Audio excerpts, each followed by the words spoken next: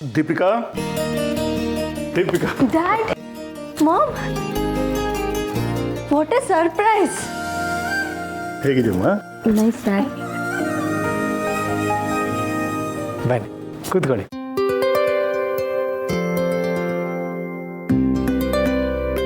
ಹೇಗಿದ್ದೀರಾ? ನಾವೆಲ್ಲ ಚೆನ್ನಾಗಿದ್ದೀವಿ. ನೀವೆಲ್ಲ ಹೇಗಿದ್ದೀರಾ?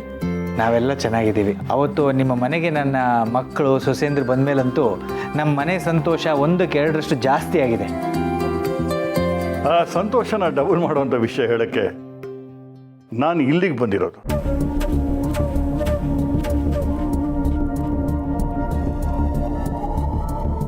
ನೀನು ಮೊದಲು ವಿಷಯ ಹೇಳಪ್ಪ. ಸಂತೋಷ ಪಡಬೇಕು ದುಃಖ ಪಡಬೇಕು ಅದನ್ನು ನಾವು ಆಮೇಲೆ ಡಿಸೈಡ್ ಮಾಡ್ತೀವಿ. ನೀನು ತಮಾಷೆಗೆ ಮಾತು ಹೇಳಿದ್ರು ನೀನು ಹೇಳ್ತಿರೋ ಮಾತು ಸತ್ಯ. ಇವಾಗ ನಾನು ಹೇಳೋ ವಿಷಯದಿಂದ ನಿಮಗೆ ಸಂತೋಷ ಆಗುತ್ತೋ, ಆಶ್ಚರ್ಯ ಆಗುತ್ತೋ, ಇಲ್ಲ ಡೌಟ್ ಬರುತ್ತೋ ನಂಗೆ ಗೊತ್ತಿಲ್ಲ. ಬಟ್ ಆ ವಿಷಯನ ಇಲ್ಲಿ ಹೇಳಲೇಬೇಕು. ತುಳಸಿಯವರೇ, ಪೂರ್ಣಿಯಲ್ಲಿ ಕಾಣ್ತಿಲ್ಲ. ಅಡುಗೆ ಮನೇಲಿರಬೇಕು. ಪೂರ್ಣಿ,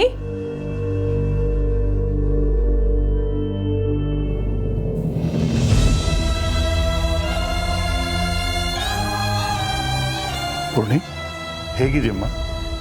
ನಾನು ಚೆನ್ನಾಗಿದ್ದೀನಿ. ನಾನು ಕ್ಷಮಿಸ್ತೀಯ?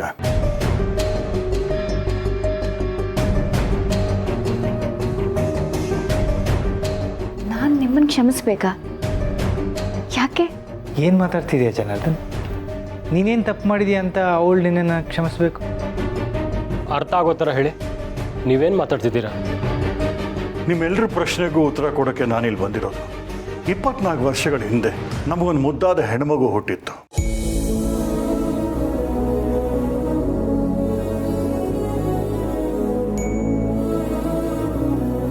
ದೀಪಿಕಾ ಹುಟ್ಟಕ್ಕೂ ಮೊದಲೇ ಹುಟ್ಟಿದ್ಲು. ಅವಳೇ ನಮ್ಮ ಮೊದಲನೇ ಮಗು. ಆ ಮಗು ಹುಟ್ಟಿದ ಗಳಿಗೆ ಸರಿ ಇಲ್ಲ.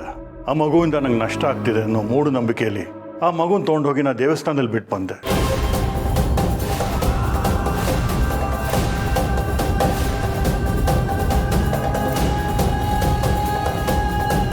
ಅಲ್ಲಿರೋ ಶಾಸ್ತ್ರಿಗಳು ನನ್ನ ಸಿಕ್ಕಾಪಟ್ಟೆ ಬೈದರು. ಅವ್ರ ಮಾತಿಗೂ ಕೇರ್ ಮಾಡದೆ ಮನೆಗೆ ಬಂದ್ಬಿಟ್ಟೆ. ವಾಪಸ್ ಬಂದಮೇಲೆ ನನ್ನ ಮನಸ್ಸು ಕೊರಿಯಕ್ಕೆ ಶುರು ಮಾಡ್ತು. ಅದೇ ತಿರ್ಗಾ ದೇವಸ್ಥಾನಕ್ಕೆ ಹೋಗಿ ಆ ಮಗುವನ್ನು ತಗೊಂಡು ಅನಾಥಾಶ್ರಮಕ್ಕೆ ಬಿಟ್ಟು ಬಂದೆ.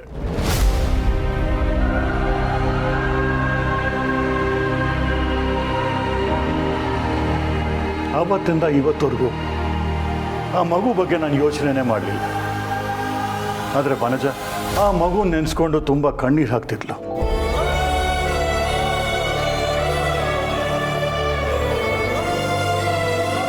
ಅವಳು ಕಣ್ಣೀರು ನನಗೆ ಕಣ್ ತೆರೆಸ್ತು. ಅವಳು ಅನುಭವಿಸಿದ ನೋವು ನನಗೆ ಬುದ್ಧಿ ಕಳಿಸ್ತು. ಆದ್ದರಿಂದ ನನ್ನ ಮಗು ನನಗೆ ಬೇಕು ಅನಿಸ್ತು. ನಾನು ವನಜ ಹುಡುಕಕ್ಕೆ ಶುರು ಮಾಡಿದ್ವಿ.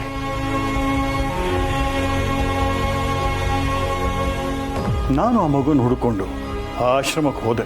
ಅಲ್ಲಿ ಗೊತ್ತಾಗಿದ್ದ ಸತ್ಯ ಏನು ಅಂದರೆ ಆ ಮಗು ಅಲ್ಲೇ ಓದಿ ಬೆಳೆದು ಈಗ ಅವಳಿಗೆ ಮದುವೆನೂ ಆಗಿದೆ ಅಂತ.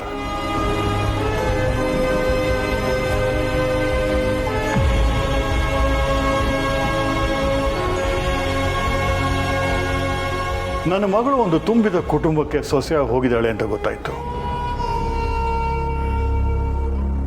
ಆ ಕುಟುಂಬ ಯಾವ್ದು ಗೊತ್ತಾ ಮಾಧವ? ನಾನೇ ದೂರ ಮಾಡಿದ ಮಗು ಇವತ್ತು ನಿಮ್ಮನೆ ಸೊಸೆ.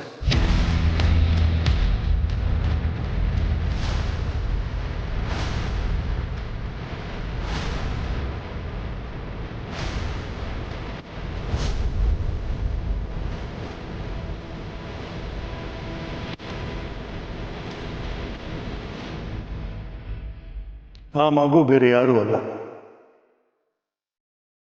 ಪೂರ್ಣಿ.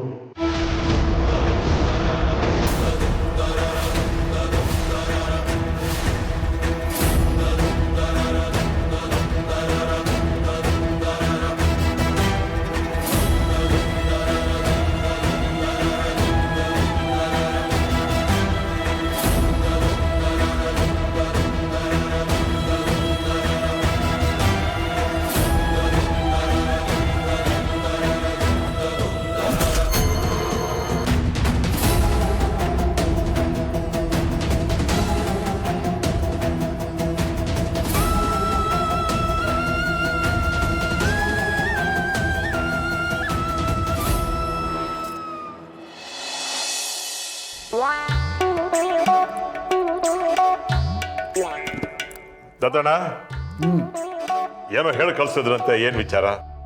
ಸುಮ್ಮನೆ ನಿಂತ್ಕೋ ಮರ್ಯಾದೆಯಾಗಿ. ತಗೋ ಶರ್ಟ್ ತಗೋ.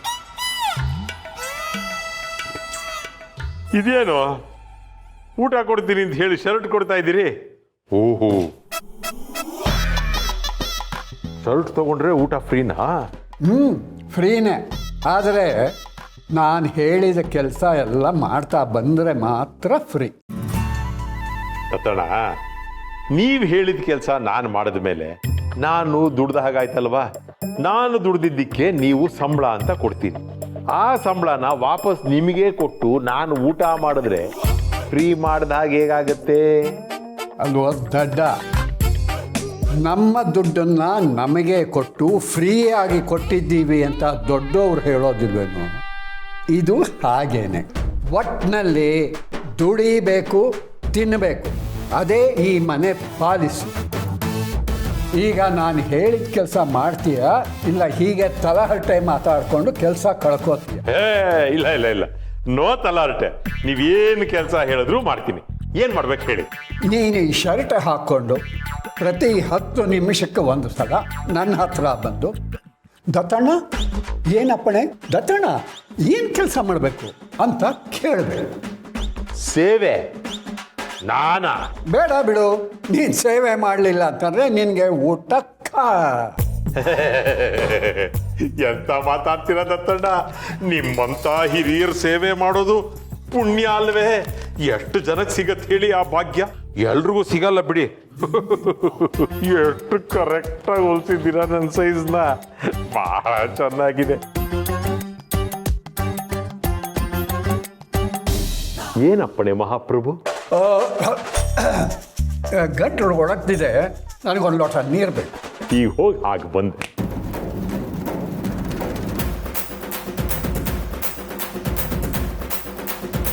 ನೀರು ನೀರು ಲೋಟ ಕೊಟ್ಬಿಟ್ಟಿಯಲ್ಲ, ನೀರು ಯಾರು ಕುಡಿಸ್ತಾರೆ? ನಿಮ್ಮ ಅಪ್ಪ ಬರ್ತಾರ? ಪಾಪ, ಅವ್ರಿಗೆ ಯಾಕೆ ತೊಂದರೆ ಕೊಡಬೇಕು, ನಾನೇ ಕುಡಿಸ್ತೀನಿ.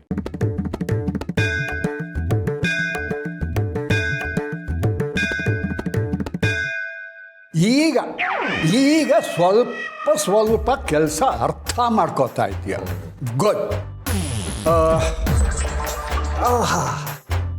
ಏನಾಯ್ತು ದತ್ತಣ್ಣ?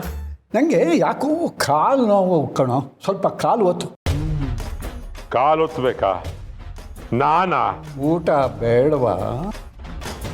ಬೇಕಲ್ಲ, 1 ನಿಮಿಷ ಬರ್ತೀನಲ್ಲ.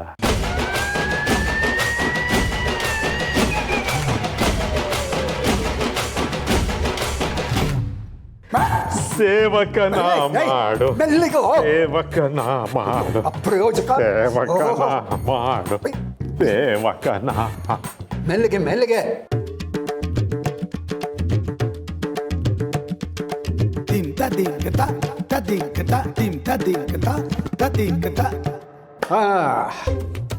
ಈಗ ನೀನು 1 ಚಪಾತಿ ಸಂಪಾದನೆ ಮಾಡಿದೆ.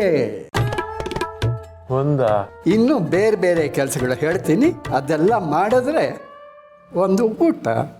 ಹೇಗೆ?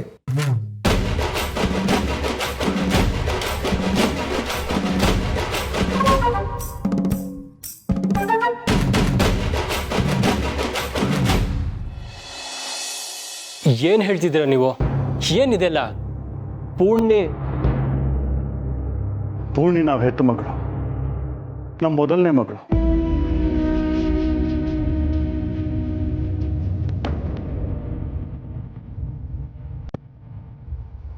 ಅವಳು ಅನಾಥ ಅನ್ನೋ ಥರ ನಾನೇ ಟ್ರೀಟ್ ಮಾಡ್ತಿದ್ದೆ. ಅವಳು ಅನಾಥಲಾಗಕ್ಕೆ ನಾನೇ ಕಾರಣ.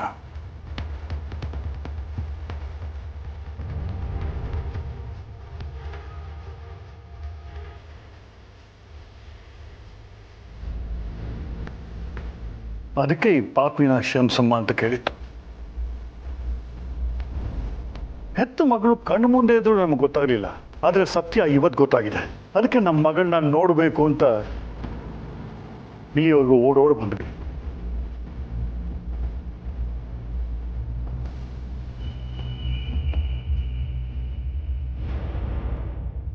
ಕಂದ ಮಕ್ಕಳೇ, ನಿನ್ನ ನೆನೆಸ್ಕೊಂಡು ನನ್ನ ಕಣ್ಣೀರು ಹಾಕ್ತಿರೋ ದಿನನೇ ಇಲ್ಲ ಗೊತ್ತಾ. ನನ್ನ ಮಗಳು ಎಲ್ಲಿ ಅಂತ ಇವ್ರ ಹತ್ರ ಎಷ್ಟು ಕೇಳಿದ್ರು ಅವ್ರು ಒಂದು ಮಾತು ಆಡ್ತಿರ್ಲಿಲ್ಲ. ನನ್ನ ಮಗು ಬಗ್ಗೆ ತಿಳ್ಕೊಬೇಕು ಅಂತ ನಾನು ದೇವಸ್ಥಾನದ ಆಚಾರ್ಯರ ಹತ್ರನೂ ಹೋಗಿದ್ದೆ. ಅದು ಅಲ್ಲಿನೂ ಪೂರ್ತಿ ಸತ್ಯ ಗೊತ್ತಾಗ್ಲಿಲ್ಲ. ಅಂದ್ರೆ ನೀವು ಅವತ್ತು ಆಚಾರ್ಯರ ಮನೆಗೆ ಬಂದಿದ್ದು ಈ ವಿಷಯ ತಿಳ್ಕೊಳ್ಳೋದಕ್ಕ? ಹೌದು ತುಳಸಿಯವರೇ, ನನ್ನ ಮಗಳ ಬಗ್ಗೆ ತಿಳ್ಕೊಬೇಕು ಅಂತಲೇ ನಾನು ಆಚಾರ್ಯರ ಹತ್ರ ಬಂದಿದ್ದು. ಆದರೆ ನಿಮ್ಮ ಮುಂದೆ ಆ ವಿಚಾರ ಮಾತಾಡಲಿಲ್ಲ ಅಷ್ಟೆ. ಅಂದ್ರೆ ನಾನು ಯಾವ ಕಾರಣಕ್ಕೆ ಬಂದಿದ್ನೋ ನೀವು ಅದೇ ಕಾರಣಕ್ಕೆ ಬಂದಿದ್ರಾ?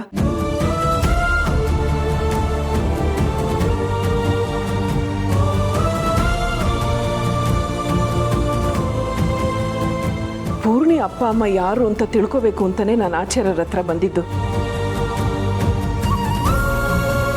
ಆಶ್ರಮಕ್ಕೆ ಹೋದಾಗ ಆಚಾರ್ಯರ ಹೆಸರು ಹೇಳಿದ್ರು. ನಾನು ಅದಕ್ಕೋಸ್ಕರನೇ ಅವ್ರನ್ನ ಹುಡ್ಕೊಂಡು ಅಲ್ಲಿಗೆ ಬಂದಿದ್ದು. ಹೌದು, ಅದೇ ಆಚಾರ ಹತ್ರನೇ ನಾನು ಮಗುನ ಬಿಟ್ಟಿದ್ದು.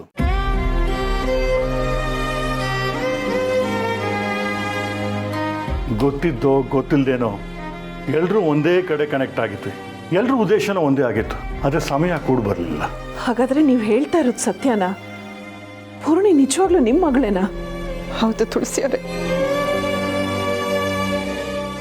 ಇಂಥ ಚಿನ್ನದಂಥ ಮಗಳನ್ನ ಹೆತ್ತು ಅನಾಥೆ ಮಾಡಿದ ನನ್ನದೃಷ್ಟ ಅಪ್ಪ ಅಮ್ಮ ನಾವೇ.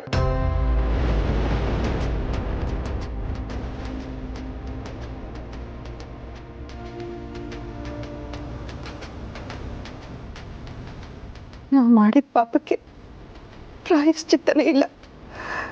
ನಾವು ಮಾಡಿದ ತಪ್ಪಿಗೆ ಕ್ಷಮೆನೇ ಇಲ್ಲ. ಕಡೆ ಪಕ್ಷ ಈಗಲಾದ್ರೂ ನಮ್ಮ ಪಾಲಿಗೆ ನಮ್ಮ ಮಗಳು ಸಿಕ್ಕಿದ್ಲಲ್ಲ ಅನ್ನೋ ಸಮಾಧಾನ ನಮಗಿದೆ ಅಷ್ಟೇ. ಜನಾರ್ದನ್, ನೀವೇನು ಹೇಳ್ತಾ ಇದ್ದೀರೋ ನನಗೆ ಸರಿಯಾಗಿ ಅರ್ಥ ಆಗ್ತಾ ಇಲ್ಲ. ಇದೆಲ್ಲ ಹೇಗೆ ಸಾಧ್ಯ?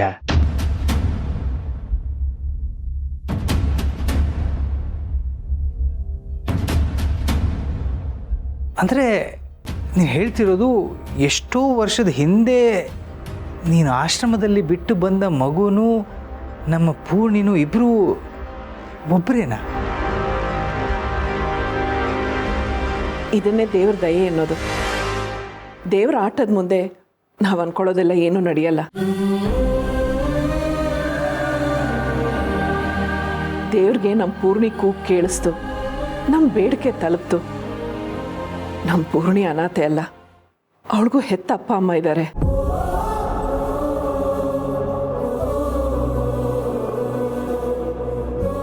ಯಾಕೆ ಮಗಳೇ, ಯಾಕೆ ನಿನಗೆ ನಂಬೋಕ್ಕಾಗ್ತಿಲ್ವಾ? ನಾನೇ ನಿನ್ನ ಹೆತ್ತ ತಾಯಿ.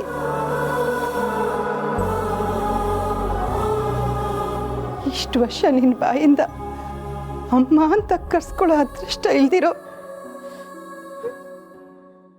ನಾನೇ.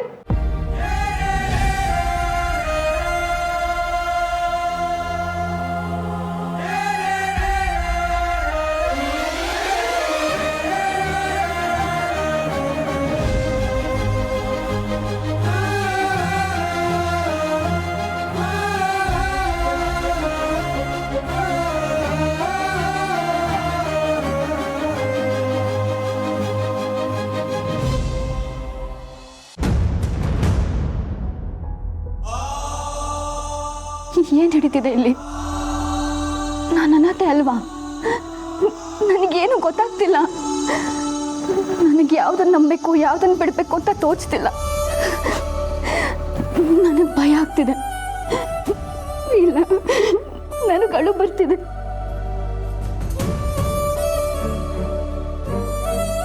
ನನಗೆ ಸಂತೋಷ ಆಗ್ತಿದೆಯಾ, ನನಗೆ ದುಃಖ ಆಗ್ತಿದೆ ಅಂತಾನೆ ಗೊತ್ತಾಗ್ತಿಲ್ಲ. ನಾನೇನು ಮಾಡಲಿ ಇವಾಗ? ನಾನು ಏನು ಮಾಡಲಿ? ಪುಣ್ಯ ನೋಡಿ, ಇಷ್ಟು ದೊಡ್ಡ ಸತ್ಯ ಇದ್ದಕ್ಕಿದ್ದ ಹಾಗೆ ಗೊತ್ತಾದರೆ ಅಡಗಿಸ್ಕೊಳ್ಳೋದಕ್ಕೆ ನಿಜವಾಗ್ಲೂ ಕಷ್ಟ ಆಗುತ್ತೆ. ದಯವಿಟ್ಟು ಅವಳಿಗೆ ಸ್ವಲ್ಪ ಸಮಯ ಕೊಡಿ. ಇವತ್ತೊಂದಿನ ಇವಳ ಪಾಡಿಗೆ ಇವಳನ್ನ ಬಿಟ್ಬಿಡಿ. ಹೌದು, ಇದು ಸಾಮಾನ್ಯವಾದ ವಿಷಯ ಅಲ್ಲ. ಇಷ್ಟು ವರ್ಷ ಕಾಯ್ತಾ ಇದ್ದಿದ್ದು ಇದ್ದಕ್ಕಿದ್ದ ಹಾಗೆ ಕಣ್ಣೆದ್ರಿಗೆ ಬಂದರೆ ಅರ್ಗಿಸ್ಕೊಳ್ಳೋದು ಆಗಲ್ಲ. ನೀವೊಂದು ಸ್ವಲ್ಪ ಅವಳಿಗೆ ಸಮಯ ಕೊಡಿ. ಆಯಿತು, ಇನ್ನೆಷ್ಟು ಸಮಯ ಬೇಕಾದ್ರೂ ತಗೊಳ್ಳಿ. ಇಷ್ಟು ವರ್ಷನೇ ಕಾದಿದ್ದೀನಂತೆ, ಇನ್ನು ಸ್ವಲ್ಪ ಕಾಯೋಕ್ಕಾಗಲ್ವ ನನಗೆ?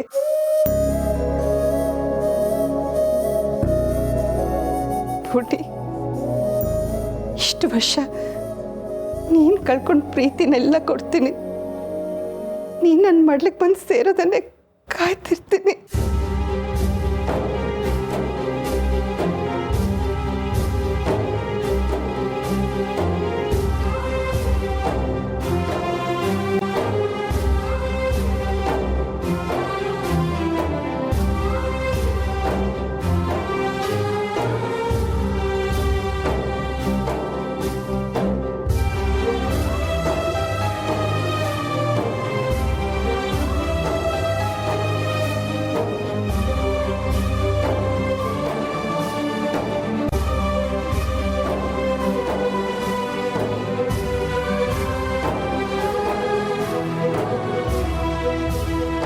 ನಮ್ಮ ಮಗಳು ನಮಗೆ ಸಿಕ್ಕಿದ್ಲಲ್ಲ, ಅದೇ ನಮಗೆ ದೊಡ್ಡ ಸಮಾಧಾನ ಆಯಿತು.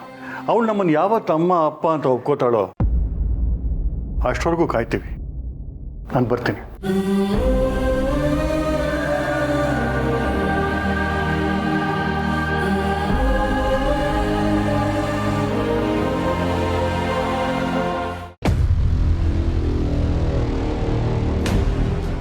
ಡ್ಯಾಡ್,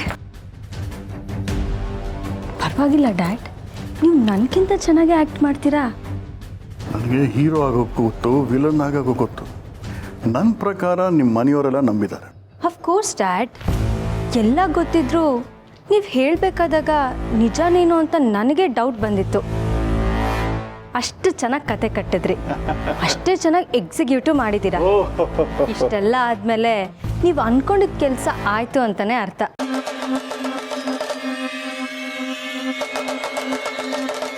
ಇಷ್ಟು ದಿನ ಪೂರ್ಣಿನ ನಾನು ಅಕ್ಕ ಅಂತ ಅಂದ್ಕೊಂಡಿದ್ದೆ, ಆದರೆ ಅವ್ಳು ನಾನು ನಿಜವಾಗ್ಲೂ ಅಕ್ಕ ಅಂತ ಗೊತ್ತಾದ್ಮೇಲೆ ಎಷ್ಟು ಖುಷಿ ಆಯಿತು ಗೊತ್ತಾ ಡ್ಯಾಡ್. ನನಗೆ ಏನು ಮಾತಾಡಬೇಕು ಅಂತಲೇ ಗೊತ್ತಾಗ್ತಾ ಇಲ್ಲ. ಅಕ್ಕಂಗೆ ಮತ್ತೆ ತಾಯಿ ಪ್ರೀತಿ ಸಿಗಬೇಕು. ಅವಳನ್ನ ಎಷ್ಟೊಂದು ಸಲ ನಾನೇ ತಬ್ಲಿ ಅಂತ ಹಂಗಿಸಿದ್ದೀನಿ. ಇನ್ನು ಮುಂದೆ ನಾನು ಅವಳನ್ನ ಪ್ರೀತಿಯಿಂದ ನೋಡಿಕೊಂಡು ನಾನು ಮಾಡಿದ ತಪ್ಪುಗಳನ್ನ ಸರಿ ಮಾಡ್ಕೋಬೇಕು. ದೀಪು, ಪೂರ್ಣಿ ನಮ್ಮ ಮಗಳು ಅನ್ನೋ ಸತ್ಯ ನನ್ನಿಂದನೇ ಅರ್ಗಿಸ್ಕೊಳಕ್ಕಾಗ್ತಿಲ್ಲ. ಅಂಥದ್ರಲ್ಲಿ ಪೂರ್ಣಿ ಮನಸ್ಸಿನಲ್ಲಿ ಏನೇನು ನಡೀತಾ ಇರ್ಬೋದು. ನೀನೇ ಅವಳ ಜೊತೆಗಿತ್ತು ಅವಳಿಗೆ ಸಮಾಧಾನ ಮಾಡಬೇಕು. ದೀಪು, ಯೋಚನೆ ಮಾಡಬೇಡಿ ಮಾಮ್, ಇವತ್ತು ಒಂದಿನ ಅಷ್ಟೇ. ಅಕ್ಕನಿಗೂ ಕೂಲಾಗಿ ಕುತ್ಕೊಂಡು ಯೋಚನೆ ಮಾಡಿದ್ರೆ ಅವಳಿಗೆಲ್ಲ ರಿಯಲೈಸ್ ಆಗುತ್ತೆ. ನೀವು ಮತ್ತೆ ನಾಳೆ ಬನ್ನಿ, ಅವಳ ಮನಸ್ಸಲ್ಲಿ ನೀವೇ ತಂದೆ ತಾಯಿ ಅನ್ನೋದು ಗಟ್ಟಿಯಾಗಿ ಕೂತಿರುತ್ತೆ. ಅಷ್ಟಾದರೆ ಸಾಕು.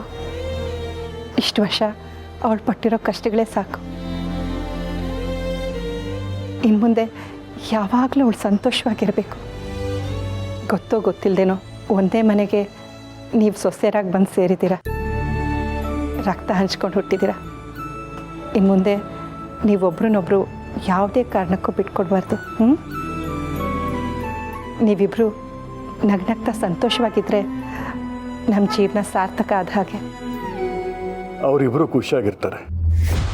ಒಂದೇ ತಾಯಿ ಹೊಟ್ಟೆಯಲ್ಲಿ ಹುಟ್ಟಿದ್ದಾರೆ, ಒಂದೇ ಮನೆಗೆ ಸೊಸೆಂದ್ರಾಗಿ ಬಂದಿದ್ದಾರೆ.